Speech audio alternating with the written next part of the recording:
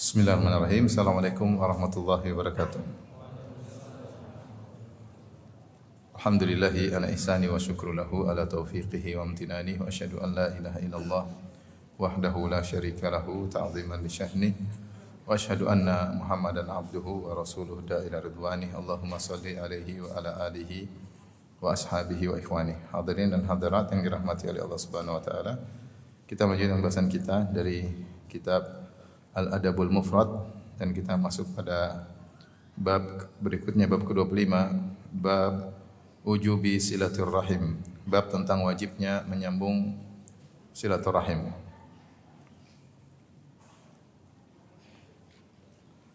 Al-Imam Al-Bukhari berkata, qala haddatsana Musa bin Ismail, qala haddatsana Damdam ibnu Amr Al-Hanafi, qala haddatsana Kulayb ibnu Manfa'ah, qala jaddi, kakekku berkata, ya Rasulullah, man abarru, siapa yang aku berbakti kepadanya, siapa yang aku berbakti kepadanya? Qala, Rasulullah SAW berkata, ummaka wa abak, ibumu dan bapakmu, wa ukhtaka wa akhak, saudari perempuanmu dan saudara laki-lakimu, wa maulaka alladhi yali dhalik, dan kerabatmu yang setelah itu. Hakun wajibun, adalah hak yang wajib, wa rahimun mausulah, dan rahim yang disambung, yang rahim disambung. Bab ini menjelaskan tentang bahwasanya menyambung silaturahmi bukan hanya sekedar dianjurkan atau sunnah, tapi dia sampai pada derajat wajib. Dan dari Imam Bukhari membawakan hadis tentang hal ini, ya. Saya ulangi hadisnya. Ada seorang berkata, ya Rasulullah, man abar, siapa yang aku berbakti kepadanya? Qala ummaka wa abak. Ya Rasulullah SAW berkata, ibumu dan ayahmu, wa ukhtaka wa akhak, saudari perempuanmu dan saudara laki-lakimu, itu kakak adikmu. Wa maulaka alladhi yali dhalik, kemudian kerabatmu yang setelah itu, yang semakin dekat dan semakin dekat.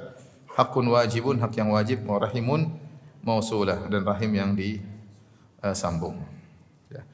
Sebagaimana kita tahu bahwasanya rahim, ya, yaitu bisa dari arah ayah maupun bisa dari arah ayah dari ibu, ya. Ini sudah kita jelaskan, semakin dekat hubungan kekerabatan maka semakin ditekankan seorang untuk menyambungnya. Dan menyambung silaturahmi adalah ibadah yang sangat agung dan sebab masuk surga, sebagaimana pernah saya sampaikan dalam surat Ar-Ra'd. Allah Subhanahu wa taala, saya bukakan surat Ar-Ra'd, Allah Subhanahu wa taala menyebutkan dalam surat Ar-Ra'd tentang ciri-ciri penghuni surga dan ciri-ciri penghuni neraka. Di antara ciri-ciri penghuni surga adalah yang menyambung silaturahmi, dan ciri-ciri penghuni neraka adalah yang memutuskan silaturahmi. Allah Subhanahu wa taala berfirman, alladzina yufuna bi ahdillahi wa la yanquduna al-mitsaq walladzina yasiluna ma amara Allahu bihi ayyusala wa yakhshawna rabbahum wa yakhafuna su'al hisab. Ketika Allah menyebutkan ciri-ciri penghuni surga, Allah menyebutkan itu orang-orang yang menunaikan janji kepada Allah dan tidak membatalkan janjinya. Kemudian walladzina yasiluna ma amara Allahu bihi ayyusal, yaitu orang-orang yang menyambung silaturahmi yang diperintahkan untuk disambung. Setelah itu Allah mengatakan ulaika lahum uqubad dar, bagi mereka adalah tempat tinggal yang baik, kesudahan yang baik, itu surga maksudnya. Jannatu adn yadkhulunaha, surga Adan yang mereka masuk di dalamnya. Wa man salaha min abaihim wa azwajihim wa dzurriyyatihim, demikian juga ayah mereka yang saleh, pasangan mereka yang saleh dan anak mereka yang saleh juga ikut masuk bersama mereka. Wal malaikatu yadkhuluna alaihim min kulli bab, dan malaikat masuk menyapa mereka dari setiap pintu dengan berkata, salamun alaikum bima sabartum, keselamatan bagi kalian atas kesabaran kalian, fa ni'ma uqubad dar, sungguh sebaik-baik kesudahan tempat kembali. Jadi ternyata ciri mereka, ciri para penghuni surga masuk surga, di antaranya ciri yang menonjol adalah walladzina yasiluna ma amarallahu bihi ayyusal, yaitu yang menyambung silaturahmi. Oleh karenanya mereka masuk surga bersama ayah mereka, bersama ibu mereka, bersama kakak, bersama pasangan mereka, bersama anak-anak mereka. Dan ini semua butuh kesabaran.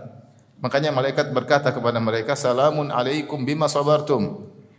keselamatan kalian masuk surga, keselamatan atas kalian masuk surga bima sabartum, karena kesabaran kalian. Ini dalil bahwasanya seorang kalau menyambung silaturahmi butuh kesabaran. Kalau dia enggak sabar, dia enggak bisa menyambung silaturahmi. Kalau dia emosi, dia merasa tinggi, dia sombong, enggak bakalan. Dia pelit, enggak bakalan bisa nyambung silaturahmi.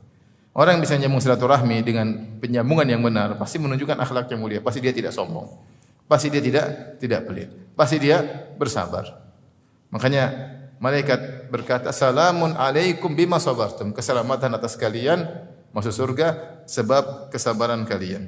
Kemudian Allah menyebutkan penghuni neraka setelah itu, "Walladzina yanquduna 'ahdallahi min ba'di mitsaqih wa yaqta'una ma amara Allah bihi ay yusal wa yufsiduna fil ardi ulaika lahumul la'natu wa lahum su'ud dar." Dan orang-orang yang membatalkan janji mereka kepada Allah. Kemudian setelah mereka ambil janji kepada Allah, wa yaqta'una ma amara Allah bihi ay yusal, dan mereka memutuskan silaturahmi yang Allah perintahkan untuk disambung. Allah perintahkan untuk sambung, mereka malah memutuskan. Wa yufsiduna fil ard, dan mereka melakukan kerusakan di atas muka bumi. Ulaika lahumul la'nah, yaitu mereka melakukan kemaksiatan. Ulaika lahumul la'natu wa lahum su'ud dar, maka laknat bagi mereka dan bagi mereka tempat kembali yang buruk, yaitu neraka jahanam. Jadi di antara sebab orang terlaknat adalah memutuskan silaturahmi. Memutuskan silaturahmi, tidak sabar, sombong, pelit. Orang seperti ini tidak bisa nyambung silaturahmi. Makanya kalau antum lihat ada orang mudah nyambung silaturahmi, dia pasti memiliki akhlak yang baik. Dia pasti tidak sombong. Kalau dia sombong, dia enggak nyambung. Dia sapa kakak adiknya dengan kata-kata yang kasar, merendahkan. Dia tidak peduli dengan orang yang mungkin miskin jauh, ngapain saya urusin mereka. Tapi karena dia tidak sombong, maka dia ngurusin. Dia cari kerabatnya, dia telepon, dia datangi. Kemudian dia tidak mungkin pelit. Kalau orang pelit gimana mau nyambung silaturahmi? Mau pelit ngundang makan aja mikir 1000 kali ya. Apalagi harus ngeluarin duit bantu mereka. Enggak mungkin, enggak bakalan bisa silaturahmi. Kemudian dia juga harus bersabar karena mungkin ada gangguan, ada ini, ada yang tidak tahu berterima kasih, ada yang banyak nuntut, ada yang bergantung, macam-macam. Dia sabar. Dia sabar.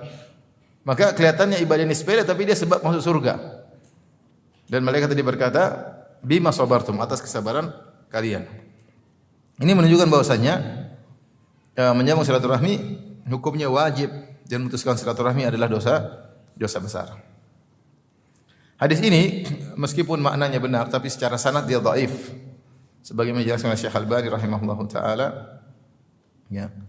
Tapi maknanya secara umum benar bahwasanya menyambung silaturahmi hukumnya wajib, memutuskan silaturahmi hukumnya adalah haram.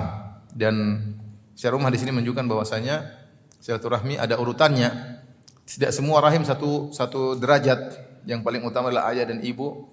Kemudian ring satu adalah kakak dan adik kita, itu yang paling utama. Baru kemudian kerabat yang terdekat. Jadi kita punya skala prioritas. Saya sering sampaikan. Ring satu yang paling utama kita sambung siapa? Pertama ayah dan ibu. Kemudian kakak adik kita. Yang kandung, baru kakak adik kita yang seayah atau yang seibu. Kemudian tentunya anak-anak kita. Ya, ini ring satu. Kemudian setelah itu baru kemudian mungkin kakek nenek kita. Kakek nenek kita. Kakek nenek kita, baru kemudian paman bibi kita. Ya. Adapun sepupu ring 2. Sepupu itu apa ring 2. Lagi pula dia bukan mahram kita. Sepupu, kemudian kerabat-kerabat jauh, itu semua hendaknya kita sambung semampu kita, tapi mereka masih ring 2. Ring 1 tadi ayah, ibu, anak-anak, kakak adik, kemudian kakek nenek, om, paman, itu semua ponakan juga termasuk ponakan, itu semua ring 1. Sepupu itu sudah masuk ring 2. Ya, semakin dekat maka semakin seorang punya kewajiban yang semakin berat.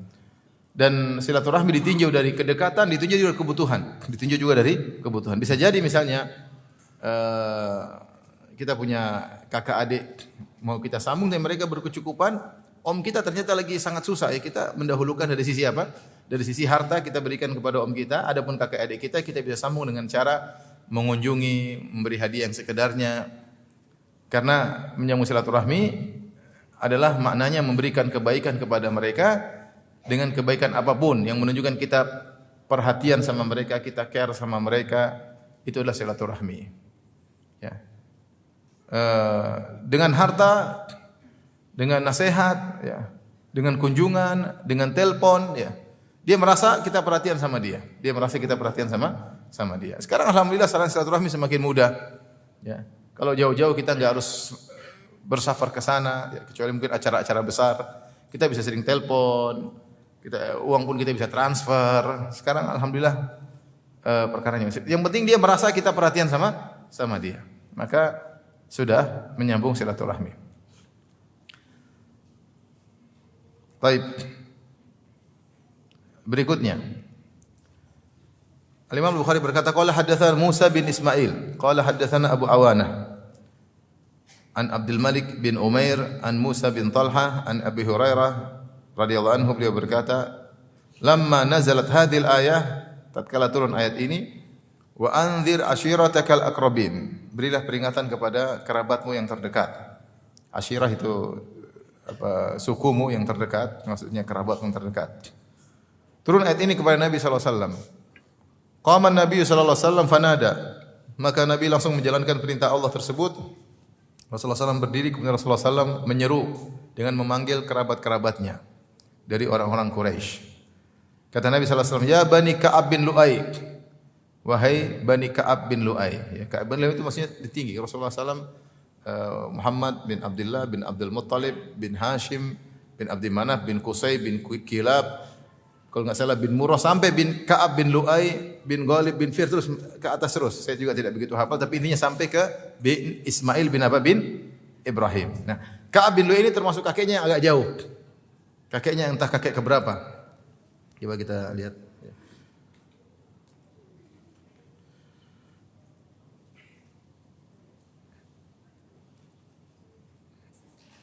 Ini ada nasab Nabi, bisa lihat di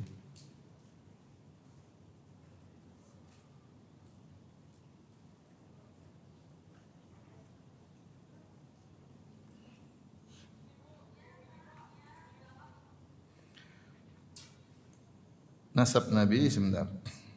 Ini Muhammad bin Abdullah bin Abdul Muttalib bin Hashim bin Abdi Manaf bin Qusay bin Kilab bin Murrah bin Ka'ab bin Lu'ay, persis di atas bin Murrah. Ya, jadi kakek keberapa itu Ka'ab bin Lu'ay? Jadi kakek pertama Abdul Muttalib, Hashim, Abdul Manaf, Qusay, Kilab, Murrah, Ka'ab. Kakek ketujuh. Kakek ketujuh. Ka'ab bin Lu'ay itu kakek ketujuh. Rasulullah mengatakan, wahai anak-anaknya kakek ketujuhku. Artinya itu sudah banyak banget, ya enggak? Banyak. Iya, 7 turunan ya. Saya pernah diundang sama sebagian saudara, om-om waktu datang, terus mereka bawa buku nasab. Buku nasab saya juga baru tahu, saya baru pertama kali lihat ada buku nasab ya. Kemudian itu baru kakek buyut saya, artinya bapak saya, kakek saya, buyut saya. Jadi yang paling terakhir cuma buyut saya, baru kakek buyut. Itu nasabnya udah tebal, buku nasab sudah tebal. Jadi dari kakek nikah kalau nggak salah 2 kali, kakek buyut nikah 2 kali, kemudian punya anak-anak. Kemudian kakek saya juga nikah 2 kali, kemudian punya anak-anak. Belum dia punya saudara-saudara juga banyak. Terus bapak saya juga nikah, kemudian nikah lagi dengan yang lainnya. Saya pisah dengan ibu saya, kemudian nikah lagi dengan yang lainnya. Itu sudah banyak, saya sudah tidak banyak yang saya tidak kenal. Itu baru kakek buyut, baru kakek kedua kalau kita kan. Bagaimana lagi dengan kakek ketujuh yang istrinya mungkin banyak-banyak masing-masing.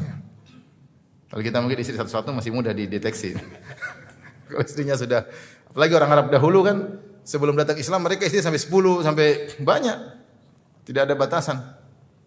Jadi Nabi menyebut bahwasanya kerabat saya ini banyak, bahkan sampai kakek ketujuh. Dan termasuk kerabat dekat. Kata Rasulullah SAW, ini semua Quraisy. Ya. Semua Quraisy. Kata Nabi SAW, ya Bani Ka'ab bin Lu'ay, wahai putra-putra kakek ketujuhku. Angkidhu anfusakum minan nar. Selamatkan diri kalian dari neraka jahanam. Kemudian Rasulullah SAW lebih mengecilkan lagi. Kakek keberapa? Abdul Manaf. Abdul Muttalib bin Hashim bin Abdi Manaf. Berarti kakek ketiga. Kemudian Rasulullah SAW berkata, ya Bani Abdi Manaf, wahai putra-putranya kakek ketigaku. Siapa Abdul Manaf. Angkidhu anfusakum minan nar, selamatkan diri kalian dari neraka jahanam. Kemudian kakek keduaku. Karena Rasulullah Muhammad bin Abdullah bin Abdul Muttalib bin Syah bin Hashim. Ya Bani Hashim, wahai Bani Hashim. Lebih spesifik lagi. Dari kakek ketujuh, kakek ketiga, sekarang kakek kedua. Angkidhu anfusakum minan nar. Selamatkan diri kalian dari neraka jahanam. Kemudian kakek pertamanya, ya Bani Abdul Muttalib, angkidhu anfusakum. Ini disebut ammama wa khassa. Rasulullah SAW mengumumkan sampai kakek ketujuhnya, Rasulullah SAW mengkhususkan kakek ketiganya, kakek keduanya, terus kakek pertamanya. Siapa anak-anak Abdul Muttalib? Banyak. Abdul Muttalib anaknya siapa saja? Al-Abbas bin Abdul Muttalib, Abu Lahab. Ya, paman-paman Nabi maksudnya. Abdullah, Abu Talib, ya.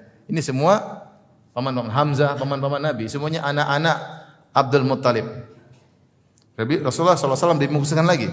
Ya Bani Abdul Muttalib, wahai paman-pamanku gampangannya. Wahai anak-anak kakekku. Angkidhu anfusakum minan nar. Selamatkan diri kalian dari neraka jahanam. Tapi saya sama antum, waktu Rasulullah bilang, wahai anak-anaknya kakek ketujuhku. Mereka masih hidup enggak? Terus kenapa Rasulullah panggil-panggil? Ada yang bisa jawab? Maksudnya keturunannya, paham? Keturunan dari kakek ketujuh kan banyak. Yang tidak dari Bani Hashim aja, banyak. Artinya kalian yang semuanya bersambung pada kakek ketujuhku, dengarlah perkataanku ini. Bukan yang mereka sudah mati semua. Tapi maksudnya yang nyambung sampai kakek ke berapa? Ketujuh. Yang masih hidup di zaman Nabi, selamatkanlah diri kalian. Itu sangat banyak tentunya, sangat banyak. Kalau keturunan dari kakek ketiga semakin apa? Sedikit. Keturunan dari kakek kedua semakin dari Hashim semakin apa? Sedikit. Dan keturunan dari kakek pertama Abdul Muttalib juga semakin apa? Sedikit. Selamatkan diri kalian dari neraka jahanam. Setelah itu Rasulullah SAW menyebutkan putrinya. Ya Fatimah bintu Muhammadin. Wahai Fatimah bintu Muhammad. Angkidhi nafsaki minan nar. Selamatkanlah dirimu dari neraka jahanam. Fa inni la amliku laki minallahi syai'a. Aku tidak bisa berkuasa atasmu sesuatu pun. Aku tidak bisa menyelamatkan kau sama sekali. Aku tidak bisa memasukkan kau dalam surga. Aku tidak bisa menyelamatkan dirimu dari neraka jahanam.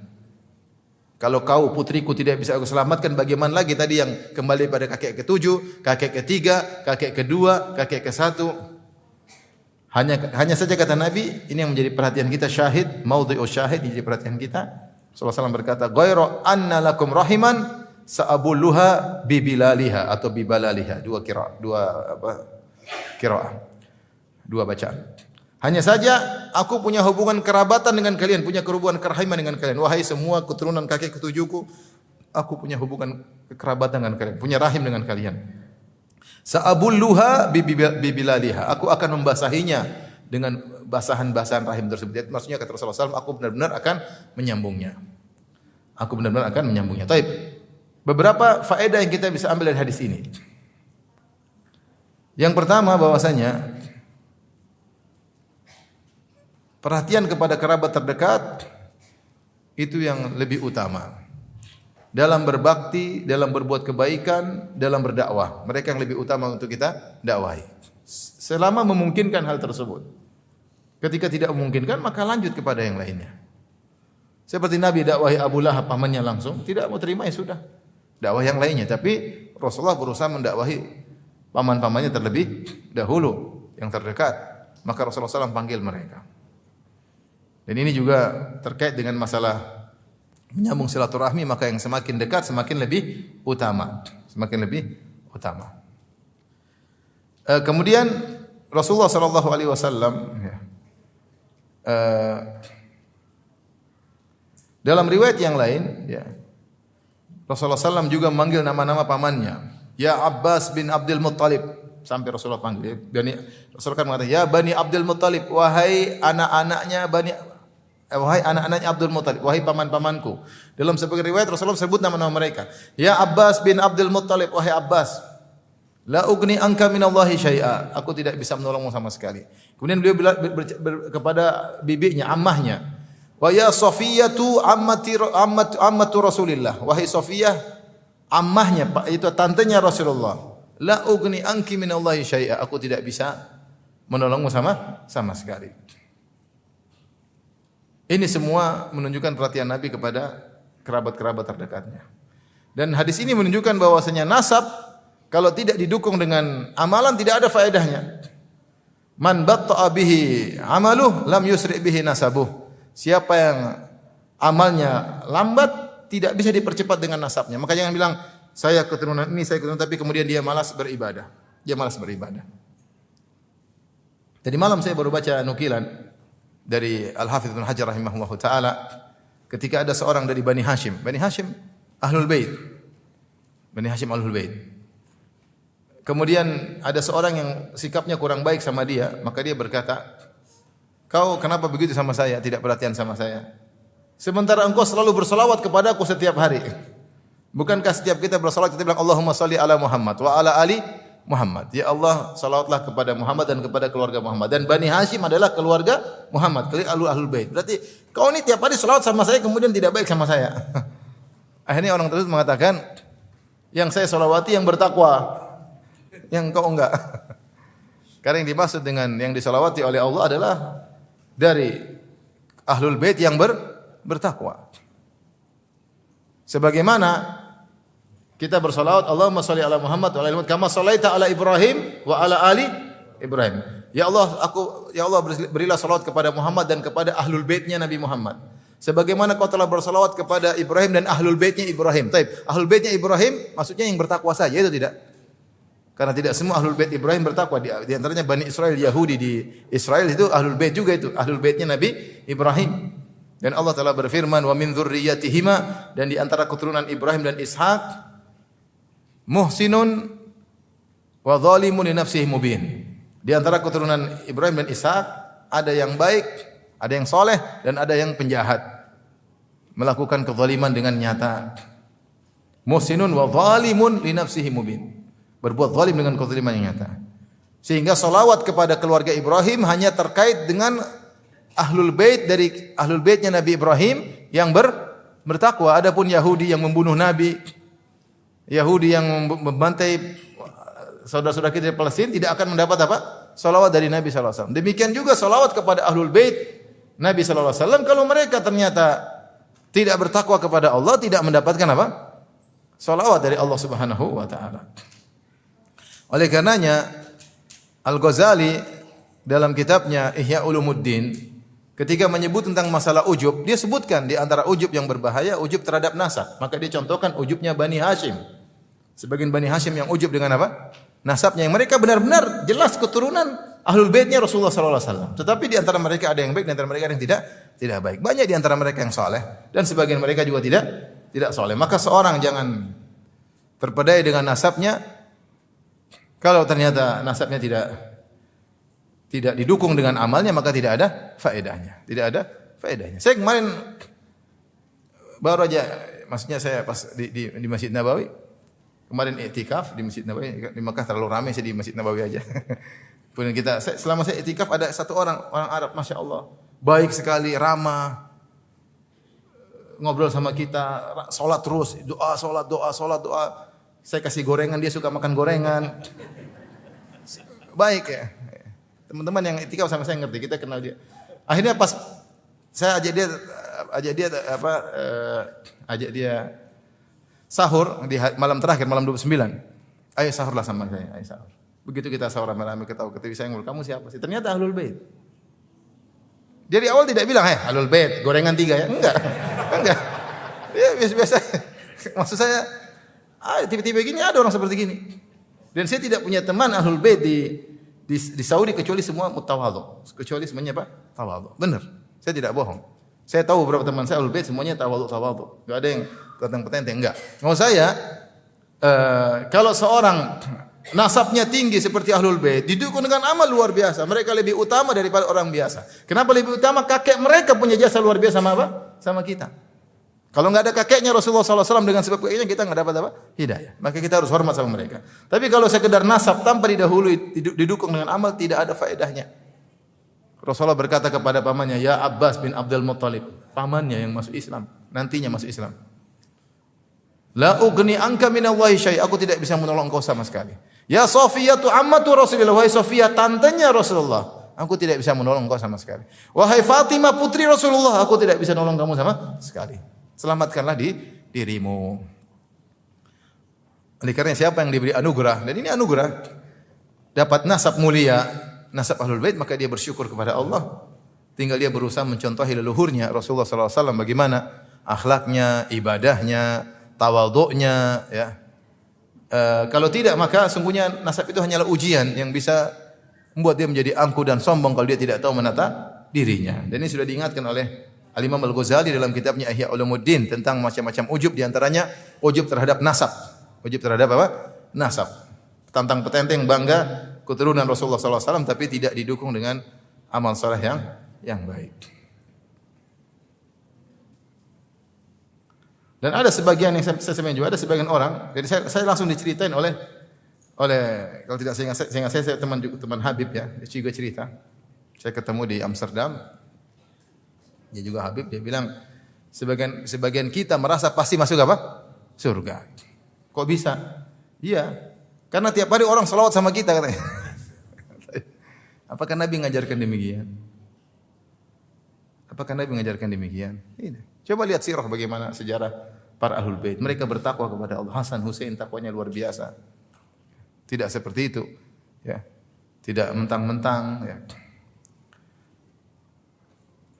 Sebagian mereka ada yang berkata namanya emas mau ditaruh di comberan tetap apa emas. Baik. Nah, ini juga ini setan yang mengatakan demikian, ya.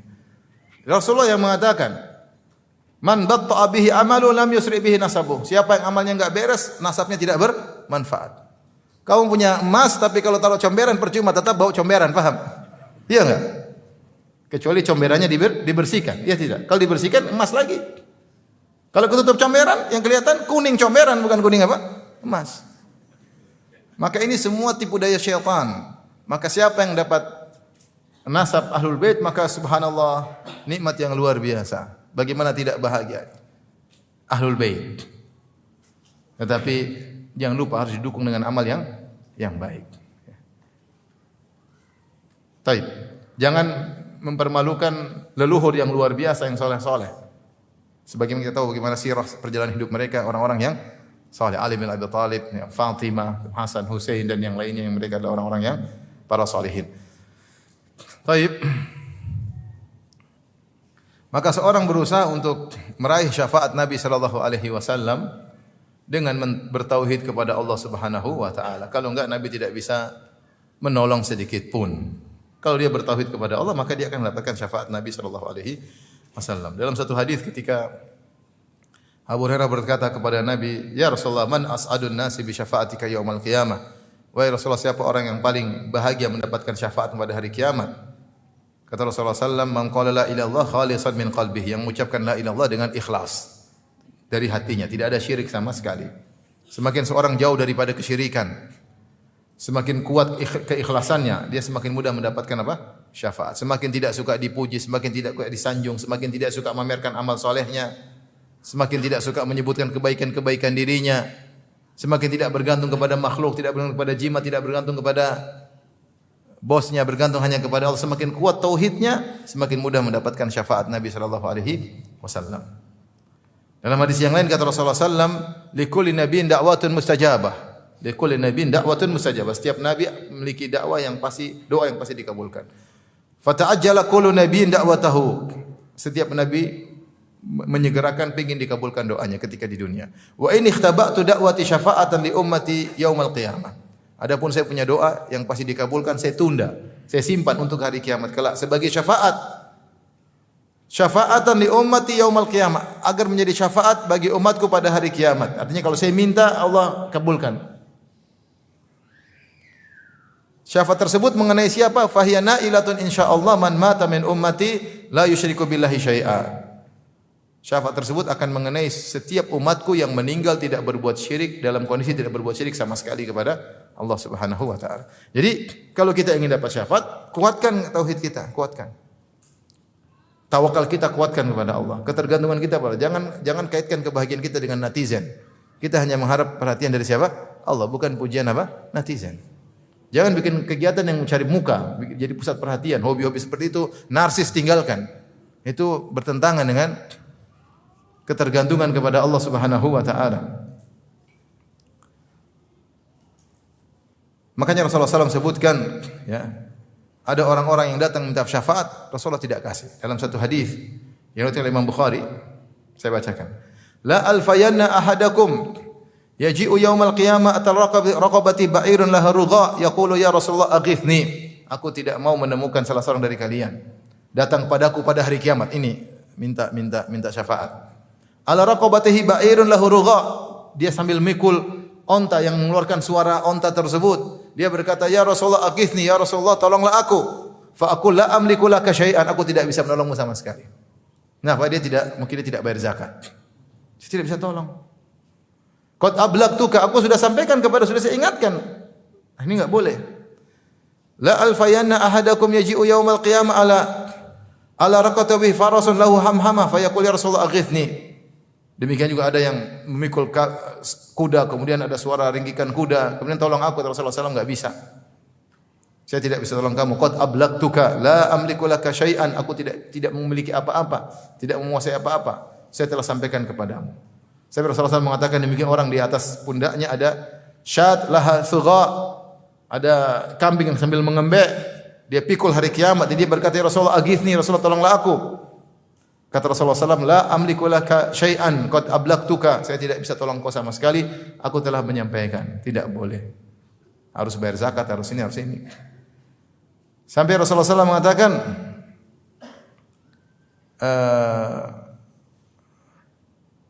emas, ada yang pikul emas ya. Dan semuanya Rasulullah mengatakan aku tidak bisa menolong engkau sama sekali ya. Yaji'u yaumal qiyamah raqatabi samitun fayaqulu Rasulullah aghithni. Datang orang pada hari kiamat kelak memikul samit, seperti emas dan perak. Dia punya emas dan perak, tidak dia zakatkan, tidak dia sedekahkan, maka dia pikul pada hari kiamat dan dia berkata, "Ya Rasulullah aghithni, tolonglah aku." Kata Rasulullah sallallahu la amliku laka syai'a, aku tidak bisa menolongmu sama sekali. Qad ablagtuka, aku telah menyampaikan kepadamu. Maksudnya tidak semua orang minta syafaat kepada Nabi kemudian dikasih, enggak. Kalau bahkan dari Ahlul Bait, kata Rasulullah tadi kepada Fatimah, kepada Al-Abbas bin Abdul Muttalib, kepada Sofiyah, kalau enggak bisa, amal tidak pas, tidak percuma nasab. Kalau yang Ahlul Bait saja, kalau seandainya tidak pas amalnya, tidak dapat syafaat, apalagi yang orang sini yang tidak ada Ahlul Baitnya, enggak ada hubungan kerabat sama Nabi, ya gimana ya? Tapi kalau bertauhid kepada Allah Subhanahu wa taala maka pasti dapat apa? Syafaat. Rasulullah SAW mengatakan fahiya nailatun insyaallah man mata min ummati la yusyriku billahi syai'a. Syafaatku insyaallah akan mencakup siapa saja dari umatku yang meninggal yang tidak berbuat syirik sama sekali kepada Allah. Maka latihlah diri kita untuk membersihkan hati kita. Baik. Di sini yang menjadi perhatian kita adalah Rasulullah SAW di akhir hadis dia mengatakan, "Ghairu anna lakum rahiman sa'abulluha bibilaliha." Hanya saja antara aku dengan kalian ada rahim. Aku akan membasahinya dengan sebasah-basahnya. Itu aku akan menyambung silaturahmi dengan sambung-sesambungnya. Ini dalil bahwasanya menyambung silaturahmi bukan hanya disyariatkan kepada sesama muslim. Bahkan kalau kita punya hubungan kerabatan dengan non-muslim, orang-orang kafir, maka kita juga dianjurkan untuk apa? Menyambungnya sesuai dengan kebaikan yang bisa kita lakukan kepada mereka. Beri bantuan harta, kunjungan, mendakwahi mereka sebagaimana Rasulullah mendakwahi mereka. Di antara bentuk silaturahmi yang kuat Rasulullah SAW mendakwahi mereka agar mereka selamat. Ya. Rasulullah SAW sedih ketika orang Quraisy tidak beriman. Rasulullah SAW sangat fala tadhhab nafsuka alaihim hasarat. Ya. Fala'allaka bakhi'un nafsaka. Sungguh Rasulullah Allah sebenarnya beberapa ayat dia merasa sedih, ya. Wala tahzan alaihim, jangan kau sedih atas mereka. Jadi ketika Rasulullah mendakwahi mereka, mereka tidak beriman, Rasulullah senang atau sedih? Sedih karena mereka kerabat Nabi. Gampangnya gini, ada seorang dari Jawa dakwahi orang Jawa untuk masuk Islam. Ternyata orang-orang Jawa tersebut tidak masuk Islam. Dia sedih atau tidak? Sedih. Ini kan suku saya, kenapa mereka tidak masuk Islam misalnya, gampangannya. Maka Nabi juga punya suku Quraisy yang dia sangat sayang kepada mereka. Ketika mereka tidak masuk Islam bahkan memusuhi Islam, Rasulullah sedih. Sampai Allah mengatakan, "Wala tahzan alim." Jangan kau terlalu bersedih atas mereka. Hidayah di tangan Allah Subhanahu wa taala. Makanya Rasulullah SAW tetap berjanji, "Aku akan menyambung silaturahmi dengan kalian dengan sebaik-baiknya." Maka Rasulullah tetap baik kepada mereka. Dari sini kita tahu bahwasanya menyambung silaturahmi kepada kerabat kita meskipun non muslim hukumnya sunnah. Dianjurkan. Adapun jika kerabat tersebut non muslim adalah ayah ibu kita, maka hukumnya wajib. Ini bedanya. Kalau kerabat kita non muslim adalah ayah ibu, maka hukumnya tetap wajib. Tapi kalau kerabat kita selain ayah dan ibu maka hukumnya sunnah. Ini yang lebih tepat dalam masalah ini. Wallahu a'lam bishawab. Baik. Kita lanjutkan.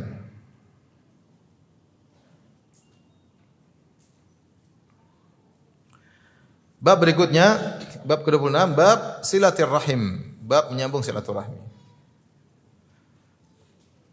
Al-Imam Al-Bukhari berkata, qala haddatsana Abu Nuaim, qala haddatsana Amr bin Utsman bin Abdullah bin Mauhib, qala sami'tu Musa bin Talhah yadhkur an Abi Ayyub Al-Ansari. Dari Abu Ayyub Al-Ansari radhiyallahu anhu, dia berkata, anna a'rabiyan arada lin Nabi sallallahu alaihi wasallam fi masiri. Ada seorang Arab Badui mencegat Nabi. Itu Nabi sedang berjalan, dia cegat di tengah jalan. Dalam perjalanan Nabi sallallahu alaihi wasallam. Arab Badui ini berkata, akhbirni ma yuqarribuni minal jannah wa yubaiduni minan nar. Ya Rasulullah, kabarkan kepadaku apa yang bisa mendekatkan aku kepada surga dan menjauhkan aku dari neraka. Dan ini pikiran setiap muslim, bagaimana bisa dekat surga dan bisa jauh dari apa? Neraka. Bahkan Arab Badui bukan Arab biasa, dia Arab yang tinggal di pedalaman yang mungkin adabnya kurang. Nabi jalan tahu-tahu di stop di tengah. Bahkan dalam sini tidak mengatakan ya Rasul, dia enggak panggil Rasulullah. Dia langsung bilang, kabarkan kepadaku langsung. Bahkan betapa sering Arab Badui mengatakan ya Muhammad, langsung panggil apa ya? Muhammad. Allah saja tidak panggil dalam Al-Qur'an nama Nabi langsung. Allah mengatakan ya ayyuhal muzammil, ya ayyuhal muddaththir. Ya. Ya ayyuhan nabi. Allah kalau panggil Nabi dengan panggilan-panggilan. Beda dengan Nabi yang lain, ya Daud. Ya. Nabi Allah panggil ya Nuh, Allah panggil namanya langsung. Tapi Rasulullah tidak. Arab Badui langsung panggil nama, ya Muhammad. Ya, Muhammad. Tapi Rasulullah tidak marah karena mereka Arab Badui. Uzur syar'i, tinggal di kampung.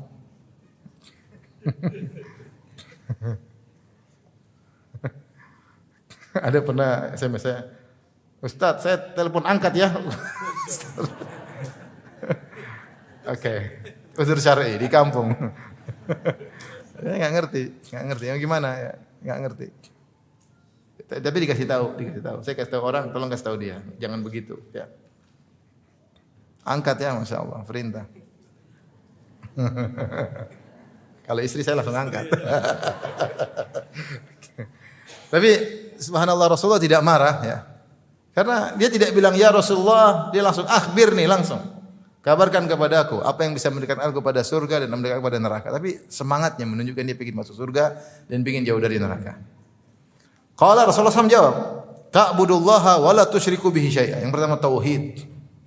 Beribadah kepada Allah, tidak berbuat syirik sama sekali. Tidak ada ibadah sama selain Allah. Ya. Wa tuqimus shalah, menegakkan salat. Wa tu'tiz zakata, bayar zakat. Wa tasilur rahim, dan nyambung silaturahmi. Subhanallah. Ini menunjukkan silaturahmi ibadah yang sangat agung. Makanya Rasulullah SAW gandengkan dengan ibadah-ibadah yang agung. Tauhid, tidak berbuat syirik, salat, bayar zakat, nyambung silaturahmi. Mau saya ikhwan, kita jangan meremehkan ibadah ini. Allah berikan kita kemudahan, pintu-pintu surga banyak. Di antara pintu surga yang dibuka lebar untuk masuk surga adalah pintu silaturahim. Apalagi kalau antum diberikan kemudahan rizki, kelapan rizki, sudah mau silaturahmi mudah sekali. Tinggal datang, jalan ke sana, ke tante, ke bibi, kirim uang, telepon, ngabisin pulsa, ngabisin kuota. Duit banyak. Kalau punya duit ngajak umroh, ngajak haji, kalau punya duit enak mau silaturahmi. Yang jadi enggak masalah kalau enggak punya duit, itu masalahnya. Mau silaturahmi kadang bertamu malah diusir, datang tidak dipedulikan, ya itu butuh kesabaran ekstra. Tapi kalau punya duit kita lebih mudah silaturahmi. Kita juga pernah merasakan seperti itu. Kita lagi enggak punya uang kemudian datang ke orang yang berada dari kerabat, dicuekin, biasa. Tapi jangan putus asa. Jangan bilang kalau saya kaya saya awas, gantian nanti enggak. Ternyata enggak kaya-kaya. Maksudnya kalau kebetulan diberi keluar duit, Allah akan ganti semuanya di dunia sebelum di akhirat. Allah ganti double-double di dunia sebelum di akhirat. Kalau antum diberi kelebihan harta ibu-ibu, udah nyambung silaturahmi. Karena ini sebab masuk surga. Mendekat kepada surga, menjauhkan dari neraka jahanam.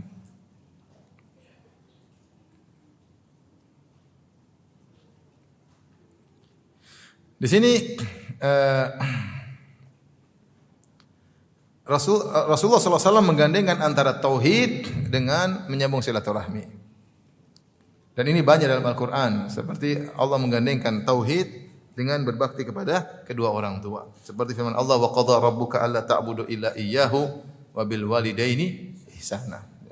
Menggandengkan antara tauhid dengan berbakti kepada kedua orang tua, ya. Wa'budullaha wa la tusyriku bi syai'in wa bil walidaini ihsana wa dzil qurba wal yatama wal berbuat bertauhidlah, kemudian berbakti kepada orang tua dan berbaik kepada kerabat. Berbuat baik kerabat itulah silaturahmi.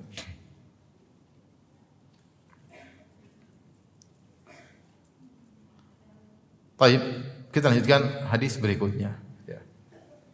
Jadi hadis tadi menunjukkan bahwasanya silaturahmi adalah minat ta'atil azimah, di antara ketaatan-ketaatan yang besar, yang agung di sisi Allah, yang pahalanya sangat besar. Di antara jalan termudah untuk cepat masuk surga dan terjauhkan dari neraka adalah menyambung silaturahmi. Ini pulang Bapak Ibu mulai cek. Saya punya rahim di data. Rahim saya yang masih terutama ring 1, catat. Yang masih hidup siapa aja? Ayah, ibu, kakek, nenek. Kemudian kakak adik, ya. Kakak adik sebapak yang sekandung, sebapak atau seibu, ponakan-ponakan, ya. Cat semua. Tante, om-om, yang tante om-om dari ayah, tante om-om dari apa? Ibu yang masih hidup siapa aja. Mulai kita melatih diri. Kalau kita niat dengan tulus, insya Allah mudahkan kita untuk menyambung silaturahmi. Dan di antara silaturahmi yang paling baik itu memang dengan harta, karena itu yang paling menyenangkan orang. Iya tidak? Padahal ente telepon satu hari 1 jam telepon, mending telepon seminggu sekali tapi langsung kirim uang. Ini telepon melulu. Mending kuota dia aja yang habis, kuota saya juga ikut habis. Tapi tidak apa-apa, maksudnya.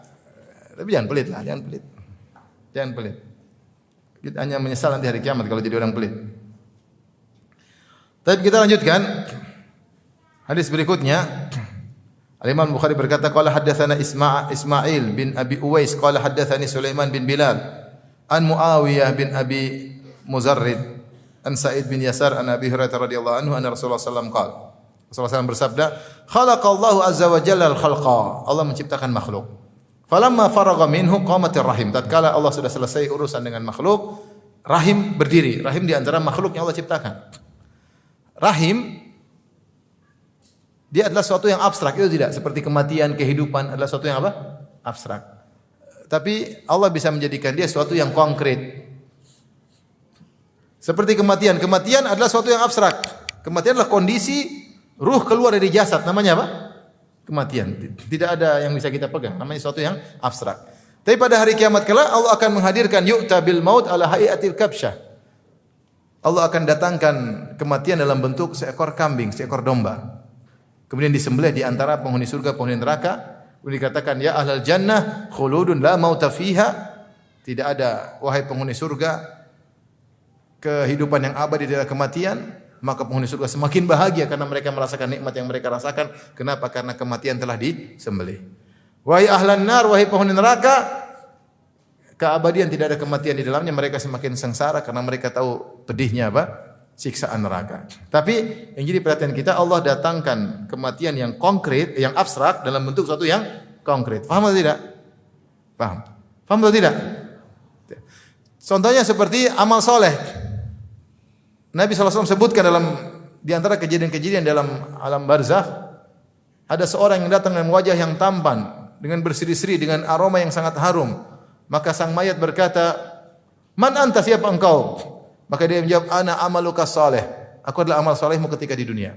Maksudnya aku adalah berbakti kepada orang tuamu, aku adalah salatmu, aku adalah amal saleh tersebut dibentuk oleh Allah dalam bentuk seperti manusia yang datang dengan wajah yang tampan. Sebaliknya amal buruk juga datang dengan wajah yang mengerikan, bau yang busuk dan yang lainnya. Demikian juga Nabi SAW sebutkan bahwasanya surat Al-Baqarah dan surat Al-Imran yang kita baca pada hari kiamat kelak datang dalam bentuk seperti goyayatan atau gomamatan, seperti dua awan yang akan menaungi pada hari kiamat kelak. Itu suatu yang konkret. Padahal yang bacaan kita konkret atau abstrak? Abstrak. Demikian juga rahim. Maksud saya jangan sampai kita pakai logika, rahim kan suatu yang abstrak. Ini gimana hadis ini sih? Enggak, ini beriman aja lah. beriman. Jadi qamatir rahim, rahim berdiri, faqala qalat hadza maqamu al-a'idhi bika minal qati'ah. Maka rahim berkata kepada Allah, ini adalah tempat seseorang yang sedang berlindung kepada engkau dari terputusnya silaturahmi. Jadi rahim meminta kepada Allah, dia berlindung kepada Allah jangan sampai diputuskan. Tapi akan terjadi pemutusan silaturahmi. Maka Allah berkata kepada rahim, "Ala tardaina an asila man wasalaki?" Ridhokah engkau wahai rahim? Allah bicara dengan rahim. Kalau aku menyambung kebaikan kepada orang yang menyambungmu, wa aqta'u man qata'aki, dan aku akan memutuskan kebaikan dari orang yang memutuskanmu. Qalat bala ya rabbi, kata rahim, tentu ya Allah aku ridha. Qala fadzalika laki, fadzaliki laki, itulah yang aku tetapkan untukmu. Suma qala Abu Hurairah, kemudian Abu Hurairah berkata, ikra'u in syi'tum, kalau kalian berkehendak bacalah firman Allah, fa hal asaitum in tawallaitum an tufsidu fil ardi wa tuqatti'u arhamakum, dalam surat Muhammad. Dan bisa jadi kalau kalian berkuasa, kalian akan melakukan kerusakan di atas permukaan bumi, kemudian kalian memutuskan silaturahmi, ya. Ulaika alladziina la'anahumullah wa asammahum wa ama absarahum, maka mereka itulah orang yang dilaknat, dijadikan buta, dijadikan tuli. Orang yang memutuskan silaturahmi. Jadi ini dalil bahwasanya rahim berbicara kepada Allah, minta perlindungan dari orang yang memutuskannya. Dia sangat merasa sedih ketika ada yang memutuskannya. Kemudian Allah beri keputusan kepada rahim, tenang wahai rahim, kalau ada yang menyambungmu aku akan menyambung kebaikan dengannya. Kalau ada yang memutuskanmu aku akan putuskan kebaikan darinya. Ini dalil bahwasanya Allah berbicara dengan apa? Rahim. Dan Allah memiliki sifatul kalam, berbicara.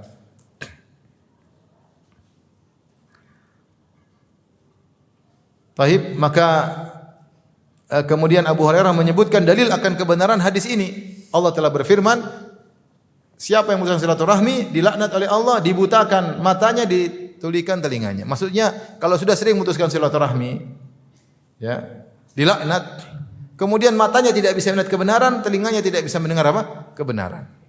Hatinya jadi rusak, hatinya jadi kaku, jadi membatu, keras, susah dikasih tahu. Kenapa? Suka memutuskan silaturahmi. Dan ini dalil bahwasanya siapa yang menyambung silaturahmi akan dibuka bagi dia pintu-pintu kebaikan. Kenapa? Karena Allah berkata, amatardaina an asil man wasalaki, tidakkah kau ridha wahai rahim, aku akan menyambung, itu menyambung kebaikan, rahmat, kebahagiaan bagi orang yang menyambungmu.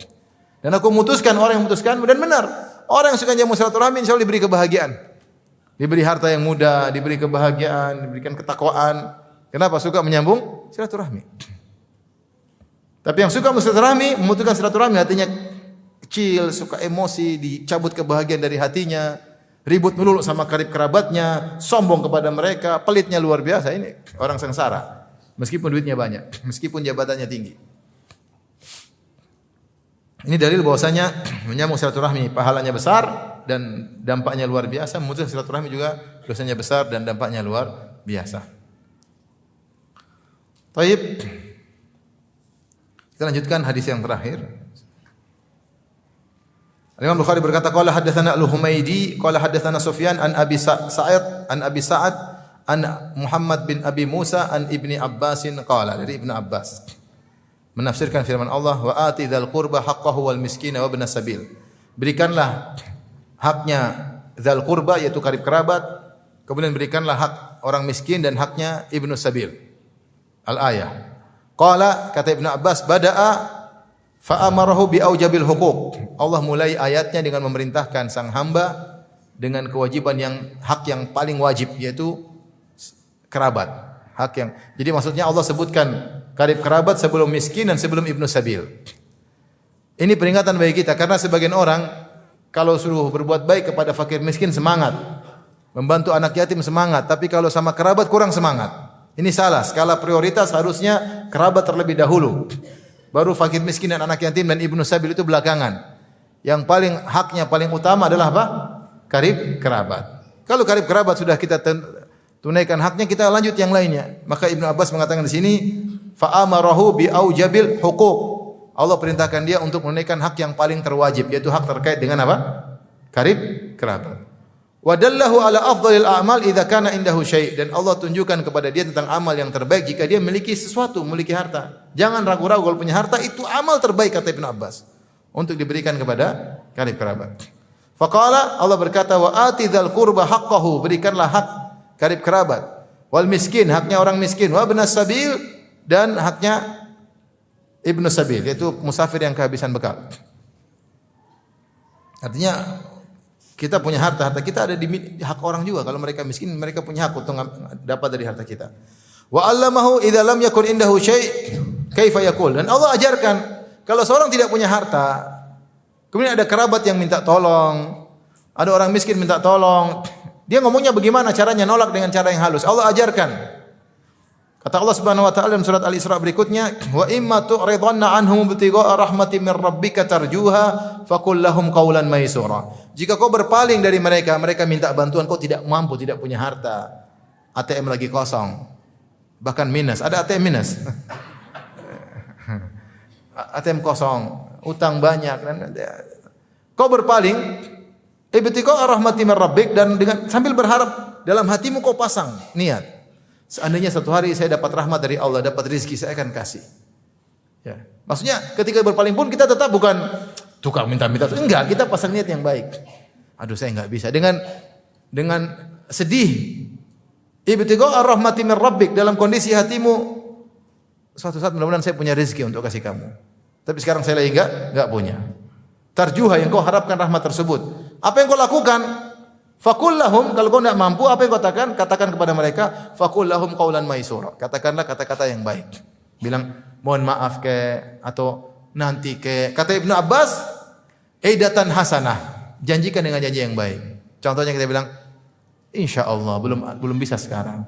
Mudah-mudahan lain waktu. Mudah-mudahan nanti awal tahun. Ini baru awal tahun sekarang, awal tahun depan. Mudah-mudahan habis hajian misalnya. Mudah-mudahan nanti pas Ramadan. Artinya tetap kata-kata yang baik. Kalau kita kasih dengan cara yang baik, kalau kita nolak pun dengan nolak yang baik. Jangan minta terus. Sana minta sama yang lain. Jangan gitu. Long dia minta sama kita berarti ada pintu pahala bagi kita dengan bantunya terus. Ka'annahu qad kan wala alu an yakuna insyaallah, yaitu seakan-akan sudah dikasih atau insyaallah akan dikasih suatu saat. Wala taj'al yadaka maglulatan ila unuqi. Kemudian Allah ajarkan, jangan kau jadikan tanganmu terbelenggu di lehermu. La tu'ti syai'an. Punya sesuatu enggak kasih sama sekali, pelit. Jangan begitu, kalau punya kasih kata Allah, jangan pelit. Wala tabsutah kullal bas, jangan juga kau kasih sebanyak-banyaknya. Semua ini apalagi semua ini kasih. Enggak juga. Fataquda maluman, maka kau akan duduk menjadi tercela. Orang-orang yalumuka man ya'tika ba'du, orang-orang yang datang kepadamu mencela kau, kamu enggak punya duit, kenapa? Saya sudah kasih kerabatku semuanya. Wala yajidu indaka syai'an, dan dia tidak mendapati kau memiliki sesuatu. Mahsuran, kau menjadi tidak punya apa-apa. Qala qad hasaraka man qad a'taitahu. Orang yang kau berikan tersebut menjadikan kau sama sekali kosong akhirnya. Maka tidak demikian. Allah mengajarkan adab dalam ayat ini. Kalau punya duit kasih, punya harta. Kalau enggak punya tolak, maka tolak dengan apa? Baik-baik. Kalau mau kasih jangan jor-joran dan jangan pelit. Itu maksudnya. Ya. Hadis ini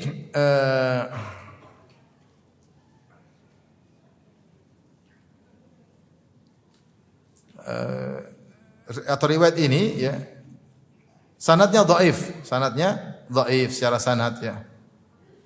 Ada seorang namanya Abu Sa'ad wa huwal Baqqal, Sa'id bin Al-Marzaban, dhaifun mudallis. Dia seorang dhaif yang mudallis. Demikian juga gurunya Muhammad bin Abi Musa, majhul, la yu'raf atau mastur, sehingga hadis ini secara sanad lemah meskipun secara makna benar. Secara makna apa? Benar. Itu zahir daripada ayat.